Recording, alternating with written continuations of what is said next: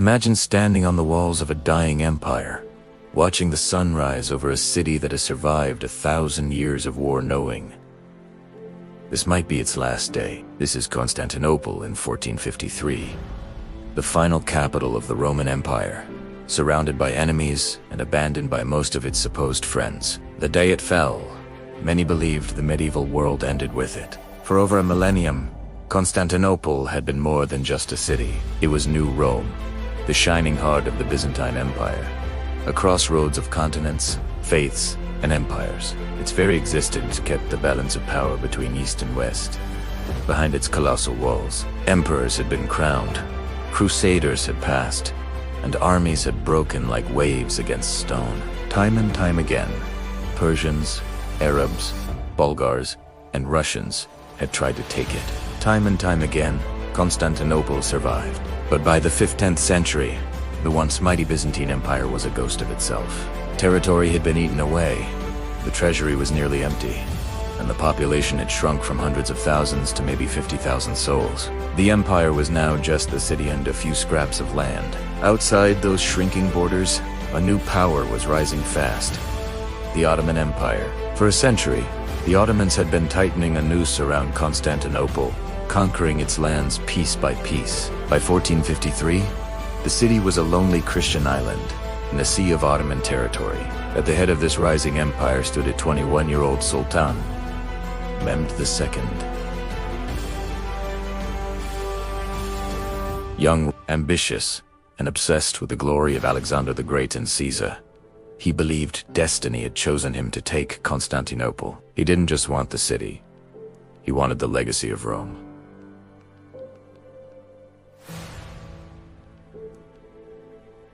Inside the city, another man felt the weight of destiny. Emperor Constantine XI. He commanded almost no empire to speak of, only a city and a proud name. Yet he refused to run. If Constantinople was going to die, he would die with it. Religion sharpened the stakes. Constantinople was the greatest remaining stronghold of Eastern Christianity, home to Hagia Sophia, once the largest church in the world. If the city fell, many feared it would be a catastrophe for Christendom itself. Yet politics had left the city almost alone. Western Europe was divided, suspicious of the Orthodox Church, tired of crusades, and busy with its own wars. A few Italian states sent ships and soldiers, but the grand crusading armies of the past never came. The defenders of Constantinople numbered maybe 7,000 fighting men, Italians, and a handful of foreign volunteers. Facing them, Mehmed brought an army that may have reached 80,000 or more. The difference was brutal, but numbers weren't the city's only defense. The walls of Constantinople were legendary. The Theodosian walls, multiple layers of stone, towers, and ditches stretching for kilometers across the landside. For centuries, these had made the city nearly untouchable. Travelers described the walls as a man-made mountain range. Even with gunpowder now changing warfare, they were still a terrifying obstacle. Many in Europe believed the city could hold out indefinitely. Behind them, if help arrived in time, the city also had a secret weapon across the water: the Great Chain. Stretched across the mouth of the Golden Horn Harbor, this massive iron barrier could be raised to block enemy ships. As long as the chain held, the Ottomans could not easily control the inner harbor. But Mehmed wasn't relying on old methods. He was determined to use the newest and most terrifying technology of the era: giant cannons. Gunpowder, still relatively new in siege warfare, was about to be turned against the greatest walls in the world. To build these weapons, Mehmed hired a Hungarian engineer named Orban, who offered to forge cannons of unprecedented size. When Orban's services were too expensive for the cash-strapped Byzantines, he turned to the Ottomans instead. That decision would help doom the city. Orban's masterpiece was a super cannon, so massive it required dozens of oxen and men just to move it. It could fire stone bowls weighing hundreds of kilos. Accuracy was poor and reload times were long, but when it hit, nothing in the medieval world had ever seen such destructive force. While the cannons were being cast, Mehmed prepared on every front. He stockpiled food and ammunition, summoned troops from across his empire, and gathered a powerful navy. Land and sea, he wanted Constantinople completely encircled. Constantine. She reacted with the grim calm of a man facing the inevitable. He ordered repairs to the walls, filled in weak spots, and rallied every available defender breach. Genoese, Venetian, and even ordinary citizens. The city would stand or fall together. The people of Constantinople knew what was coming. Some prayed. Some made plans to flee if a gap opened. Others hung on to prophecies that said the city would be conquered, only for the conquerors to be driven out by a miraculous savior at the last moment. In late March 1453, Mehmed's army crossed the Bosporus and began to surround Constantinople. Drums thundered, banners snapped in the wind, and campfires spread across the hills. For the city's defenders, the sight must have felt like watching history close in. The Ottomans dug trenches, built earthworks, and positioned their giant cannons opposite the Theodosian walls. Every move showed careful planning. Mehmed was not improvising. He had studied the city's defenses and knew where he wanted to strike. On the seaside, Ottoman ships sailed into position along the Bosporus and the Sea of Marmara. A blockade began, trying to choke off any supplies or reinforcements that might reach the city by water.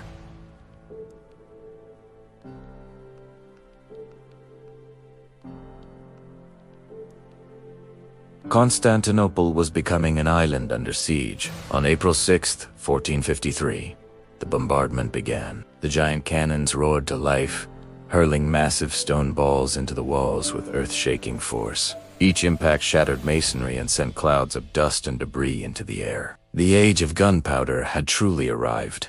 The defenders quickly learned a new, exhausting rhythm. Withstand the bombardment by day, repair the walls by night. Under torchlight, men hauled stones, earth, and wooden beams to refill the shattered sections before dawn. Every sunrise was a test. Had they done enough? Inside the city, churches were full. Priests held processions. Icons were carried through the streets, and people begged for divine intervention. Some saw the siege as God's punishment. Others believed the last-minute miracle would save them, as it had in centuries past. Meanwhile, the Ottoman camp was alive with activity. Soldiers drilled, imams preached holy war, and envoys moved between tents conveying orders. Mehmed promised his men glory and the riches of the greatest city in the world if they broke through. One of the key figures on the Byzantine side was Giustiniani, a seasoned Genoese. Captain, he had brought experienced soldiers and expertise in defending fortifications. Constantine placed him in charge of the most critical sectors of the land wall. Giustiniani understood that cannons alone would not win the siege for the Ottomans. The real danger was the combination of bombardment and infantry assaults. As long as the defenders could plug each breach in time, the walls could still hold. Early Ottoman attacks tested the defenses. Waves of soldiers rushed toward the walls with ladders and shields, trying to exploit the damage from the cannon fire. Arrows, bolts, and stones rained down on them from above. The assaults were beaten back with heavy losses. The Ottoman navy also tried to force its way into the Golden Horn, but the Great Chain held firm. A small Christian fleet inside the harbor, mostly Italian ships, supported the defense with archers and artillery. For the moment, the sea was the city's lifeline. One dramatic episode came when a small group of Christian ships tried to run the Ottoman blockade and enter the Golden Horn. Pounded by Ottoman galleys and coastal artillery, they seemed doomed, but favorable winds and skillful maneuvering carried them through. From the walls and harbor, the people of Constantinople watched, shouting prayers and encouragement. When the ships finally broke through and slipped behind the chain, the city erupted in celebration. It was a rare moment of hope in a dark siege. For Mehmed, that success stung. He realized that as long as the Golden Horn remained in Byzantine hands, his siege was incomplete. The answer would be bold, physically demanding, and almost theatrical. He would move his ships overland. Near Galata, on the northern side of the Golden Horn, Ottoman workers laid wooden tracks and greased them with oil and animal fat. Under cover of night, teams of men and oxen dragged dozens of ships out of the water, across the hill, and down into the inner harbor behind the chain. When dawn came and the defenders saw Ottoman warships floating inside what had once been a safe zone, disbelief turned to horror. The Golden Horn was no longer secure. Mehmed had turned the harbor into a second front. Now, Ottoman artillery could be placed on both sides of the Golden Horn, firing directly at the seawalls. The defenders had to spread their already thin forces even further. Every part of the city felt the pressure tightening. As the siege dragged on, exhaustion and fear grew on both sides. Corpses littered the fields before the walls, and plague was a constant threat. Supplies in the city dwindled, and many wondered how long the food and morale could hold. The defenders also faced internal tensions. The union of the Eastern and Western churches had been declared in a last-ditch bid for Western support, but many Orthodox citizens resented it. Some believed it would have been better to fall to the Turks than to submit to Rome. Still, when the danger grew, divisions blurred. Greeks and Latins fought side by side on the walls, manning cannons and hurling projectiles. Whatever their religious arguments, everyone understood this. If the city fell, the argument would end in blood. Mehmed II felt the strain of time. A long siege risked disease, desertion, and intervention from hostile neighbors. He needed a decisive breakthrough. The bombardment intensified. The walls shook day after day under the relentless thunder of the guns. Ottoman sappers began digging tunnels beneath the walls, trying to collapse them from below. Byzantine counterminers, guided by sound and experience, dug their own tunnels to intercept them. Underground, in the dark, men fought brutal, close-quarters battles by torchlight. Several Ottoman tunnels were discovered and destroyed, sometimes with fire, sometimes by flooding them, sometimes in hand-to-hand combat. These small victories bought the defenders a little more time, but not enough to change the larger picture. As Maya wore on, everyone knew the siege was reaching a climax. The walls were scarred and weakened. The defenders were exhausted and increasingly outnumbered. No large relief army appeared on the horizon. The city was running out of miracles. On May 28, 1453, the mood in Constantinople turned eerily calm. The bombardments. Mehmed ordered a temporary halt to prepare for a final, all-out assault. The next day, he intended to end this siege and the empire with one massive blow. Inside the city, that same evening became one long farewell. Processions wound through the streets. Icons were carried, and people from all factions gathered together in Hagia Sophia. Greeks, Latins, nobles, and commoners prayed side by side for deliverance or at least a good death. Emperor Constantine XI attended the final liturgy in Hagia Sophia, the great church glowing with candlelight. According to later accounts, he asked forgiveness from his people for any wrongs and then took communion with them. The last Roman emperor shared his final night with his city. After the service, Constantine rode to the walls. He walked among his soldiers, thanking them personally, encouraging them, and reminding them that they were defending not just a city, but a civilization. There would be no retreat, no surrender. In the Ottoman camp, Mehmed prepared his own men for the storm to come. He divided his forces into successive waves, irregulars and volunteers first, then more disciplined troops, and finally his elite. He promised them the riches of Constantinople if they broke through. Shortly after midnight, on May 29th, drums and horns shattered the silence. The first Ottoman wave surged forward in the darkness, torches flickering, ladders raised toward the broken sections of the wall. The final assault on Constantinople had begun. The defenders responded with everything. They had arrows, bolts, stones, boiling liquids, and hand cannons. The first attackers took heavy losses, but their purpose was to tire and pin down the defenders, testing weak points and forcing them to reveal their positions. After hours of fighting, the second wave came. Better armed, more disciplined troops. They attacked not just the main breaches but multiple sectors along the walls, forcing the defenders to divide their already small numbers and rush frantically from crisis to crisis. The night sky glowed with fires and flashes. Smoke, dust, and the screams of the wounded filled the air. Giustiniani and his men struggled to hold the key points along the land wall, especially near the gate of St. Romanus, where the bombardment had done the worst damage. Then came a critical moment. Giustiniani was badly wounded, either by an arrow, cannon fragment, or gunshot. The sources differ. In pain and fearing death, he was eventually carried from the walls toward the ships. His departure was a devastating blow to morale. Seeing their famed commander being taken away, many defenders panicked.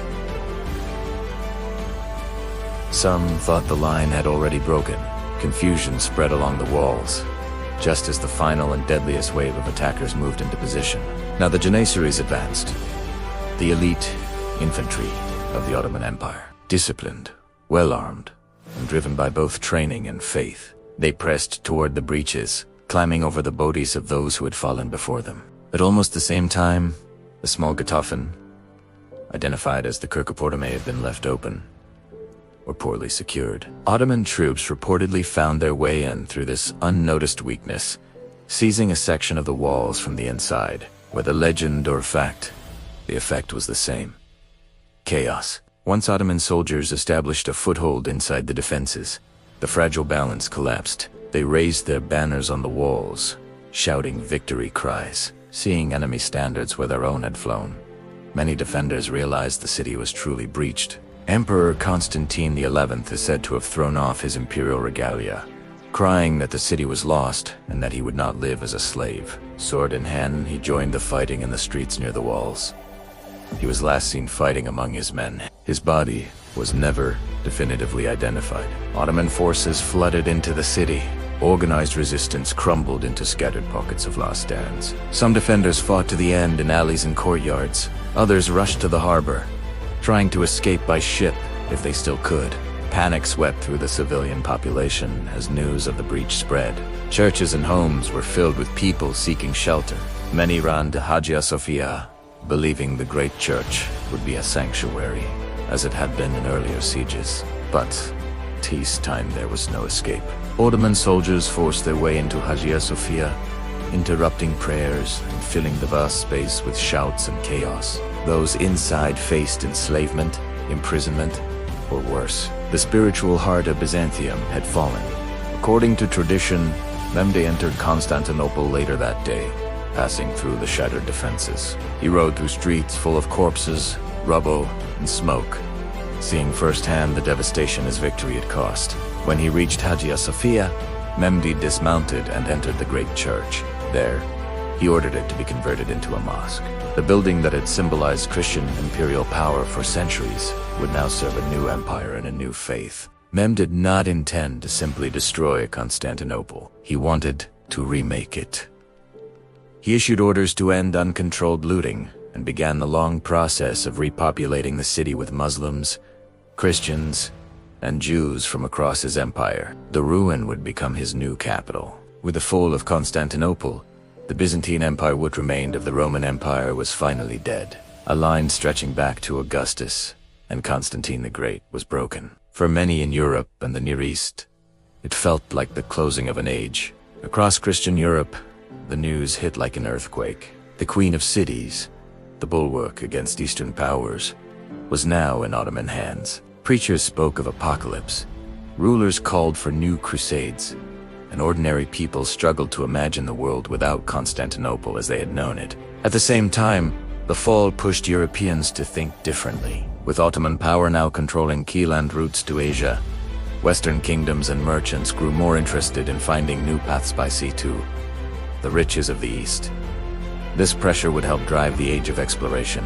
The flight of Byzantine scholars to Italy and other parts of Europe also carried ancient Greek texts and knowledge westward. Their learning fed into the intellectual fire already smoldering there. In a cruel twist, the death of Byzantium helped fuel the Renaissance. Militarily, the siege showed that even the greatest medieval fortifications could be shattered by gunpowder artillery. The fall of Constantinople symbolized the end of the old world of high stone walls and the rise of a new era of cannons, fortresses, and centralized empires. The fall of Constantinople was not just the capture of a city, it was the moment when an ancient empire finally died. A young empire stepped into its place, and the balance of the world shifted. For many who lived through it and for those who looked back, it truly was the day the medieval world ended.